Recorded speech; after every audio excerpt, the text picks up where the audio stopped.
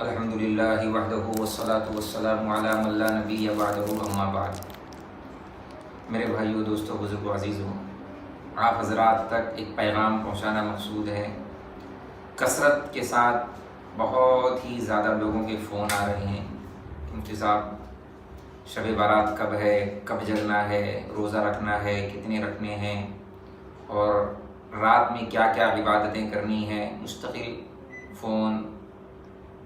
تو ایک ضرورت کے پیش نظر آپ حضرات کی خدمت میں پیغام دینا ہے کہ میرے بھائیو، دوستو، بزرگو، اس شب بارات میں ہمیں کچھ نہیں کرنا ہے سوائے توبہ کرنے کے۔ ایک کام کر لیں، نوافل کی کوئی ضرورت نہیں، صرف توبہ کر لیں۔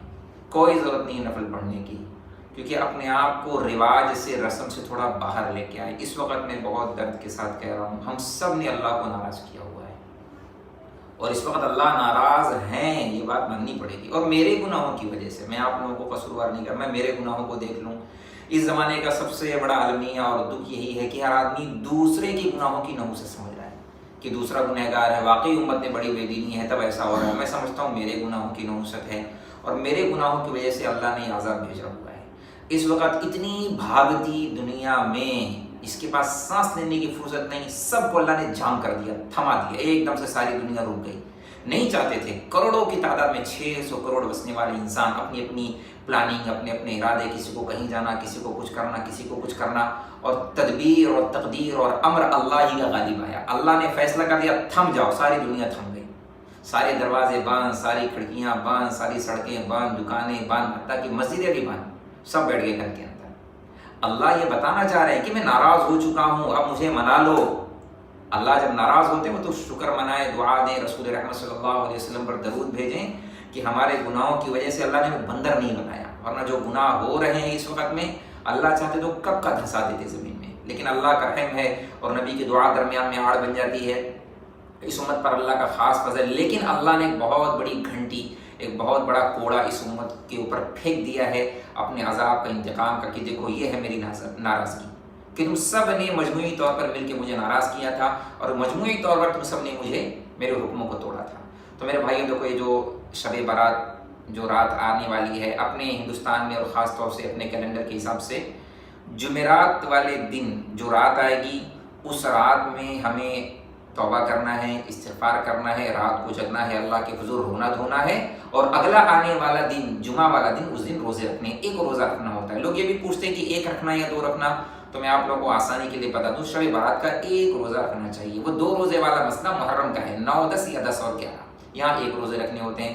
فضیلت بھی بہت ہے، رسول اللہ صلی اللہ علیہ وسلم نے فرمایا ایک روزہ اگر نفل وہ روزہ رکھ لیا، یکفر السنۃ الماضیۃ والباقیہ، اللہ پچھلے 1 سال کے اور اگلے 1 سال کے سارے گناہ معاف کر دیں گے۔ تو یہ فضیلت ہے، یہ میں حدیث میں اور اس کی سند میں اور بحث میں نہیں جاتا، بعض کہتے ہیں ضعیف ہے، بہرحال یہ حدیث پر اختلاف کا موقع نہیں ہے، سند میں بحث کرنے کا موقع، بس مجموعی طور پر اتنی بات تو اتفاقی ہے کہ اللہ ناراض ہے اور رونے دھونے کا موقع ہے۔ شب بارات ہو یا ہر رات، اب تو ہر رات شب بارات ماننی چاہیے اور ہر رات رونا چاہیے۔ رات کی اپنے آپ میں ایک فضیلت ہے، رسول اللہ صلی اللہ علیہ وسلم نے فرمایا، مثال دے کے فرمایا، اس رات میں اللہ تبارک و تعالیٰ اپنی خاص شان کے ساتھ آسمان دنیا پر نزول فرماتے ہیں۔ ترمذی شریف میں روایت ہے، خاص جلوے کے ساتھ اللہ نزول فرماتے ہیں، اور وہ شان کریمی ہوتی ہے، شان رحیمی ہوتی ہے، اللہ ایک عام مغفرت کا اعلان کرتے ہیں۔ بلکہ رسول اللہ صلی اللہ علیہ وسلم نے مثال دے کے فرمایا، ایک قبیلہ ہوا کرتا تھا بنو کلب، جو بکریاں پالتا تھا، اتنی زیادہ اللہ نے ان کو نعمت دی، بکریاں دی تھیں کہ جب وہ بکریاں لے کر کے چرانے کے لیے نکلتے تو پہاڑ کے دامن سارے بھر جاتے، اتنی بکریاں ہوتی تھیں۔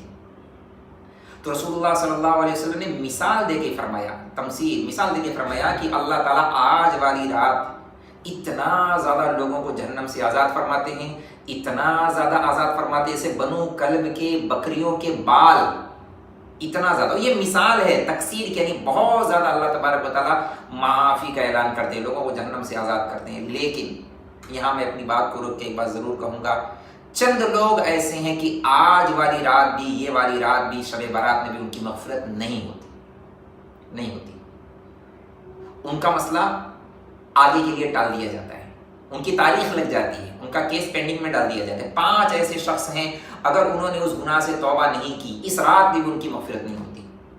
ویسے تو اللہ ہر رات کے آخر پہر میں خاص ایک شان کے ساتھ متوجہ ہوتے ہیں امت کے گناہوں کی معافی کے لیے، لیکن آج والی رات میں خاص مغفرت کے لیے. لیکن اتنی عطا کے باوجود، اتنی دریائے رحمت بہنے کے باوجود بھی چند ایسے لوگ ہیں اگر وہ اس گناہ میں مبتلا ہے تو اس رات بھی نہیں بخشے جاتے. نمبر 1 مشرک، نہیں بخشا جاتا. مجھے پورا یقین ہے جہاں تک میری آواز جاری ہو شرک تو کم لوگ کرتے ہوں گے. اور نمبر 2 مدمن خمرین، شراب پینے والا، یہ بھی نہیں بخشا جاتا. ہاں اگر توبہ کر لے تو معافی ہے، توبہ پر تو ہر گناہ معاف ہو جاتے ہیں.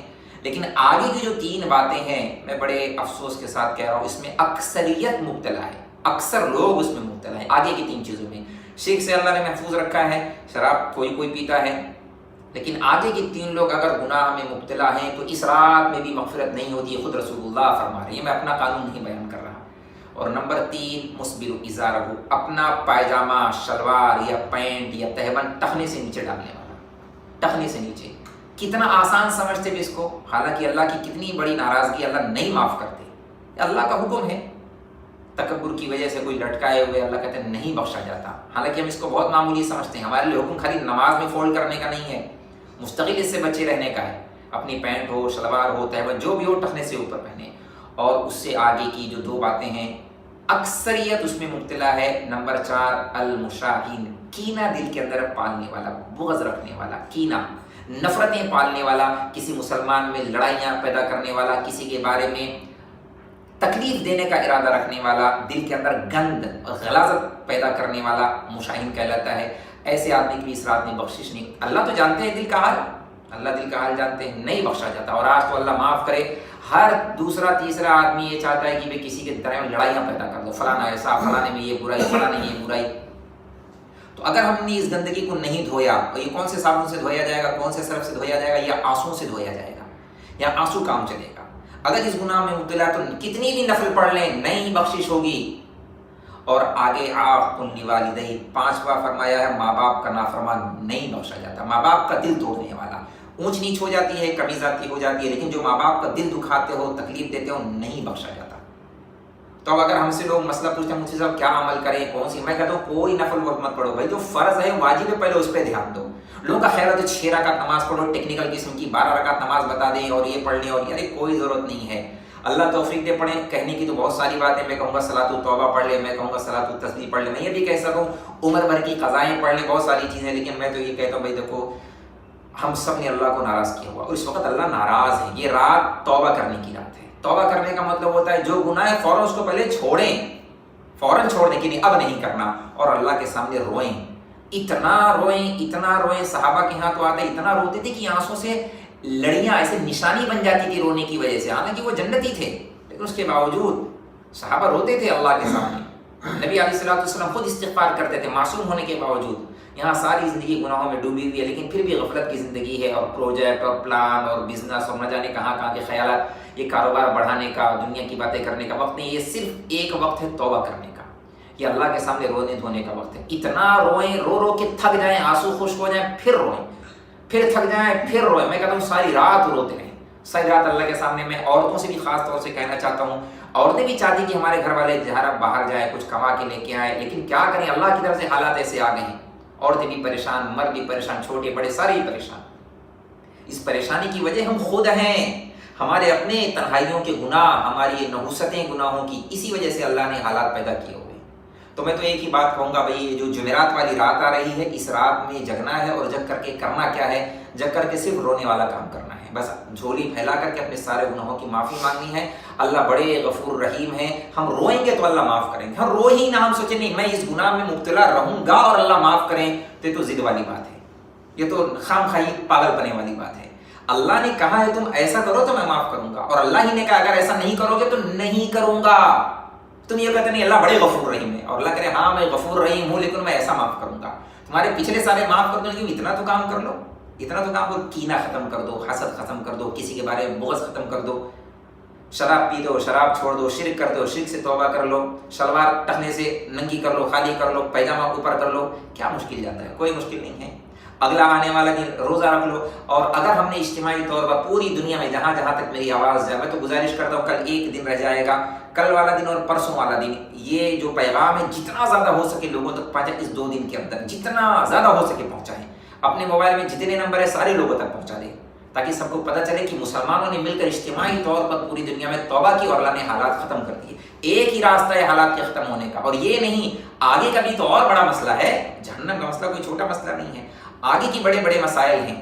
اللہ نے ہمارے گناہوں کی وجہ سے اگر یہاں پکڑ لیا ہے, اللہ نے اگر قیامت کی اللہ نے وہاں پکڑ لیا تو کیا ہوگا؟ اللہ نے یہاں بھی ایک چھوٹا سا مثال دے دی, مثال کہ دیکھو میں ناراض ہوں, میں نے ایسا کر لیا. اس لیے یہ جو جمعرات والا دن ہے, اس رات میں اتنی عمومی مغفرت کا اللہ کی طرف سے اعلان ہونے والا ہے, پروانہ ملنے والا ہے, تو میں محروم نہ رہوں. میں دیکھ لوں یہ 5 گناہ میں تو مبتلا نہیں ہوں, اس کے علاوہ بھی اگر کوئی گناہ میں اگر میں مبتلا ہوں تو اللہ کے سامنے توبہ کروں, اور اگلے دن روزہ رکھوں, اور روزہ رکھ کر کے اللہ سے دعا کروں. افطار والے ٹائم بھوکے پیٹ, گلا سوکھا ہوا اللہ کے سامنے ماریں گے. دیکھو آگے رمضان کا مہینہ ہے, کوئی نہیں چاہتا کہ ہر کسی کے بارے میں سوال ہے رمضان کیسا جائے گا, عید کیسی جائے گی. تو بھائی دوستوں بزرگوں, گزارش یہ کرتا ہوں, عورتوں سے خاص طور سے گزارش کرتا ہوں, جتنا زیادہ ہو سکے صرف روئیں, صرف اللہ کے سامنے روئیں, توبہ کریں, روئیں اور توبہ کریں, اور گناہوں سے استغفار کریں, اور آئندہ نہ کرنے کا پکا ارادہ کریں. اللہ تعالیٰ عمل کی توفیق عطا فرمائے.